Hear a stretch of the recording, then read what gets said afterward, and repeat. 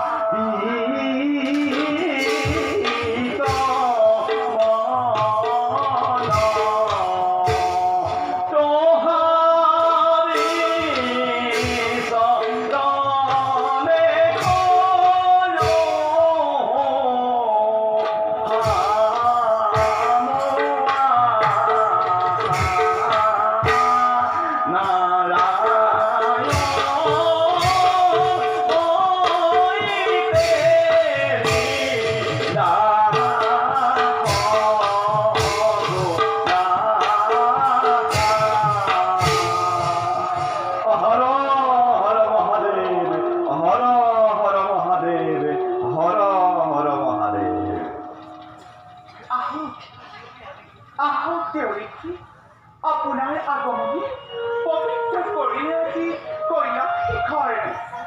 কওকচোন দেৱৰীক্ষী আছে য'ত জগতৰ মংগল বাতৰি দেৱী দেৱৰীক্ষী নাই তেনে কোনো বিশেষ বাতৰি কৰ্তব্য সাধনৰ হেতু ভামিনী ভুৱন আহি পালো হৈ কৈলাশ শিখৰ দেৱৰীক্ষী অকস্মাৎ ত্ৰিভুৱন ভ্ৰমণ বাসনা যাকে কি কাৰণে মাজে মাজে দেৱনাৰায়ণে ভিন্ন ভিন্ন ৰূপে হয় অৱতাৰ মই তেনেকৈ পৰৰ কাৰ্যত নিমন্ত্ৰণৰ ভাৰ লৈ পৰৰ যজ্ঞৰ বাবে প্ৰৱেশ কৰিলোৱেই কৈলাশ শিখৰে কোনে এনে মহাযজ্ঞৰ কৰি আয়োজন ত্ৰিভুৱন কৰিছে নাৰায়ণ দুখ দিব নাম শিখৰ দেৱী একমাত্ৰ কৈলাশৰ বাবে সকলোতে নিমন্ত্ৰণ সেই মহাযজ্ঞলৈ একমাত্ৰ কৈলাশৰ বাবে সকলোকে নিমন্ত্ৰিত সেই মহাযজ্ঞলৈ সেই মহাকীৰ্তিবান তেওঁৰ বাবে কিবা হেতু হ'ল আজি কৈলাশ বঞ্চিত নাম শুনি নাপাব সন্তোষ সেইকাৰণে কোৱা নাই অতপৰে মই তথাপিতো সুধিলে যেতিয়া অৱশ্যে ক'বই লাগিব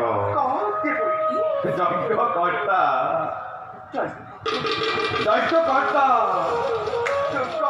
তম পিতৃ দক্ষ প্ৰজাপতি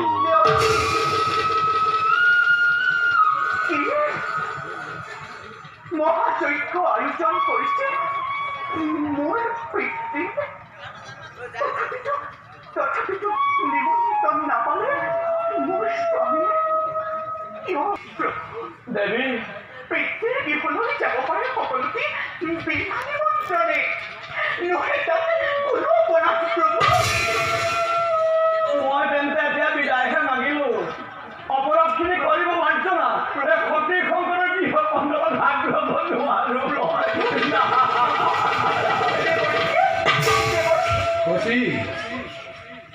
সতী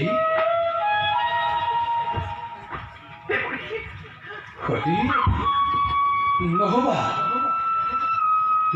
চঞ্চলা সতী সামান্য কথাতে নাই মোৰ কোনো স্পৃহা বিষয় ভাৱনা, নাই মোৰ কোনো মান অপমান, মিছাতেই নকৰা একে কৈলাশৰ গিৰিমাল্লিকাই নালাগে নালাগে বিচাৰি যাব ৰাজ অট্টালিকা, পথৰ ভিক্ষাৰীয়ে দৰিদ্ৰ শংকৰ যিদিনাই পৰমান্য কৰিলা অৰ্পণ, সিদিনাৰে পৰাই দৰিদ্ৰৰ মহাৰত্ন হৈ যিনি কিছা তুমি কৈলাশৰ খুব নতিকৰ সতী যোৱা যদি বিনা নিমন্ত্ৰণে পিতৃৰ গৃহে কোনে বাৰু সম্ভাষণ যাচিব তোমাক আৰু আৰু জানি কৰি শিৱনিন্দা শুনিবলৈ কৰিছা যেতিয়া ইমান হেঁপাহ, যোৱা তুমি নাই তাত মোৰ অলপো আক্ষেপ। ভুল নুবুজিবা প্ৰভু, স্বামী নিন্দা শুনি তৃপ্তি লাভ কৰিবৰ বাবে নাযায় তথাপি অতি পিতৃৰ গৃহলৈ। হ'ব পাৰে পিতৃ মোৰ অতিকে দাম্ভিক, অতিকে অত্যাচাৰী, তথাপিতো এবাৰ বোজাই চাওঁচোন, কিজানিবা ঘূৰাই আনিব পাৰোঁ পিতৃক মোৰ পুণ্যৰ পথলৈ। আৰু যদি ব্যৰ্থ হৈ তোমালোকে চেষ্টা, তেতিয়া কি কৰিবা সতী? তেতিয়াই ধ্বংস হ'ব খবুলঞ্চে শিৱনিন্দাকাৰী, সতী ধ্বংস হ'ব দক্ষ পুৰীৰ চিৰদিনলৈ। সতী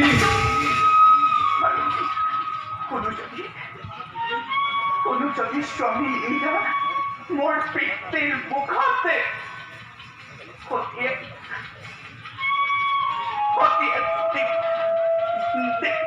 দেৱতাতে দেৱী সত্য সতী সতী সতী সেই কথা মই নকৰো পাৰিছো বুজিব, আৰু সেইবাবেই তোমাক মই বাৰে কৰিছো বাৰণ। সতী নেযোৱা যদি তুমি পিতৃৰ গৃহে শিৱনিন্দা তোমাৰ নপৰে কামত, দৰিদ্ৰৰ মহাৰত্ন তুমি হাগামোৰ বুকুৰ মাজতে সোমাই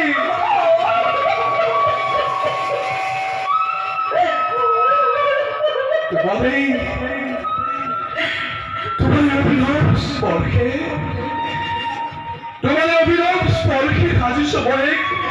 ফুলৰ কৈলাশৰ সতী, যোৱা যদি তুমি চিৰদিনলৈ কাক মাতি মই সতী বুলি নাই সতী নকৰিবা সিদ্ধান্ত নাই, তাৰ বাবে বিশ্বই তুমি কৰা আগৰ ব্ৰহ্ম বিষ্ণু তুমি হয় প্ৰতিদ্বন্দ্বী মোৰ, তাক মই নিশ্চয়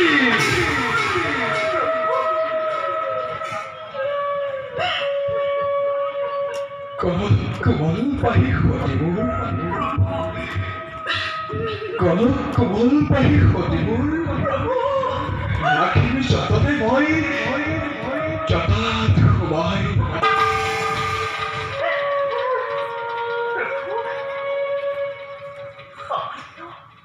সতীৰ পক্ষী শিৱৰ শিৱত্ৰ শিৱাবেদু শিৱাবি সত্য অখণ্ড পৃথিৱীৰ বিধান নিয়তিয়ে লাগিব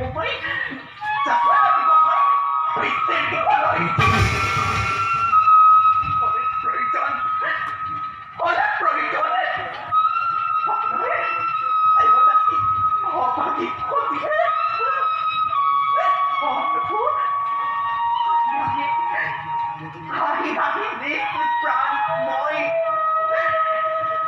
বিসর্জন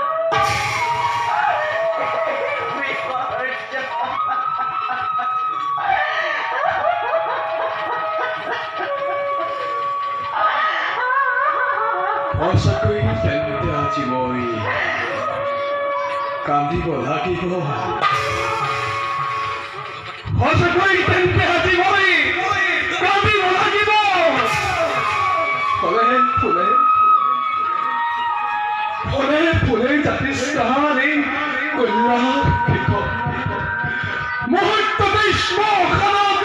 হ'ব পৰিব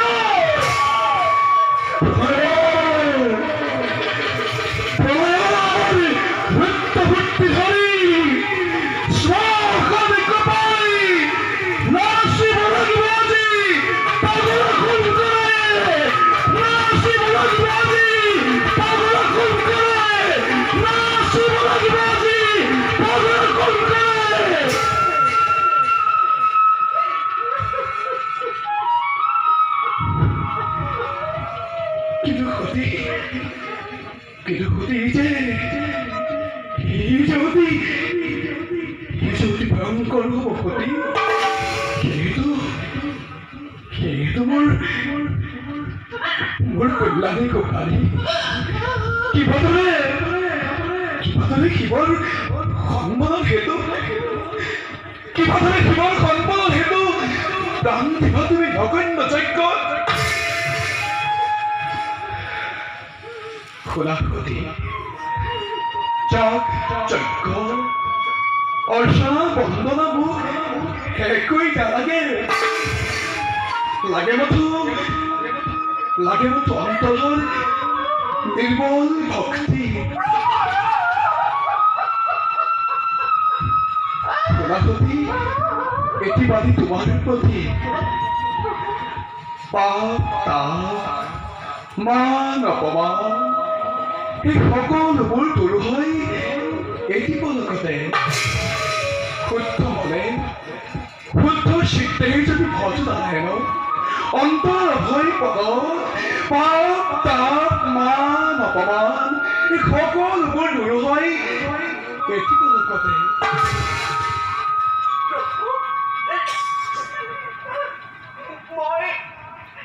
মই ডাকি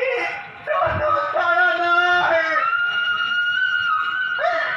সুখে জন্মে আপনার এই বই চরণ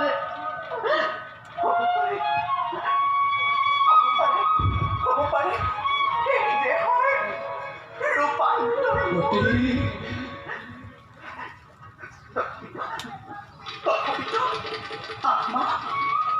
আত্মা মোর তোমাতে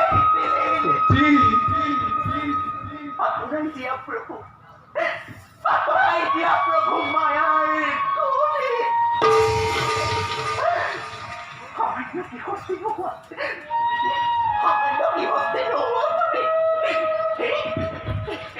ঈশ্বর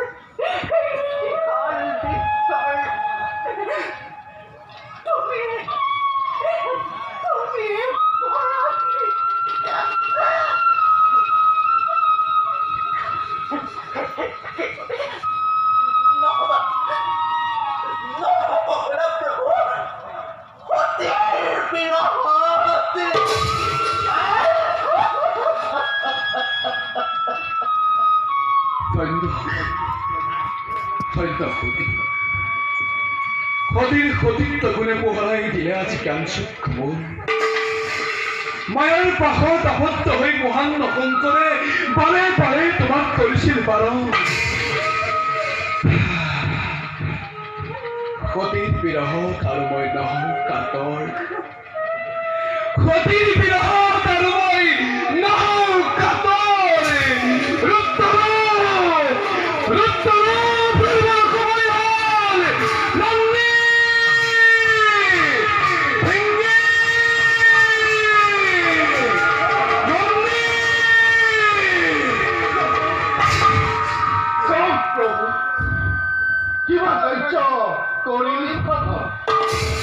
অতি যাব পিতৃ গিয়ে তোমালোকো যাব লাগিব সতীৰ লগত। হিৰধৈৰ্য আদেশ প্ৰভু, নত শিৰে কৰিম পালন। প্ৰভু ক্ষমা কৰা মুখ প্ৰভু, যাবৰ সময়ত বাটৰ সম্বল স্বৰূপে দিয়া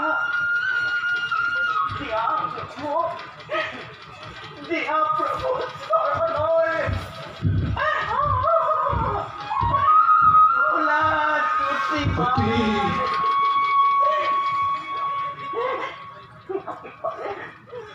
সতী পালে আৰু মোক নালাগে একোকে। এনে হ'ব সতীৰ শিৰৰ পোহৰ। বিদায় এনেই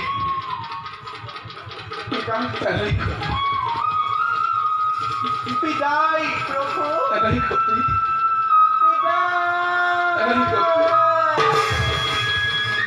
হৰে শৰীৰা মহাপতি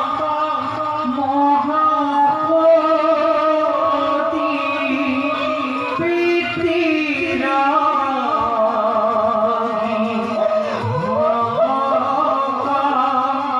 আৰে সঙ্গে সালে নন্দী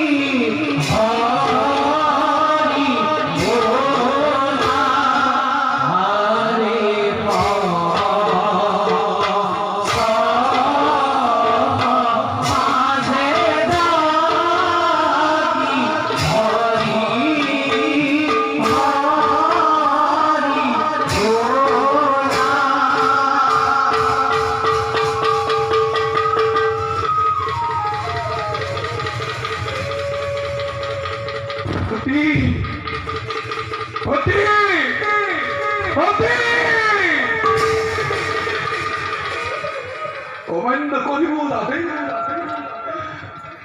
অমান্য কৰিব লাগে। কথা তুমি পিতৃৰ গৃহে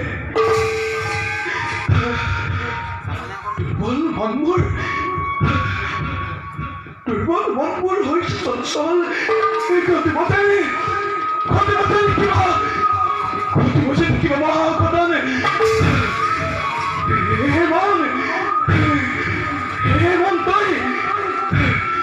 তই স্থিৰ হ,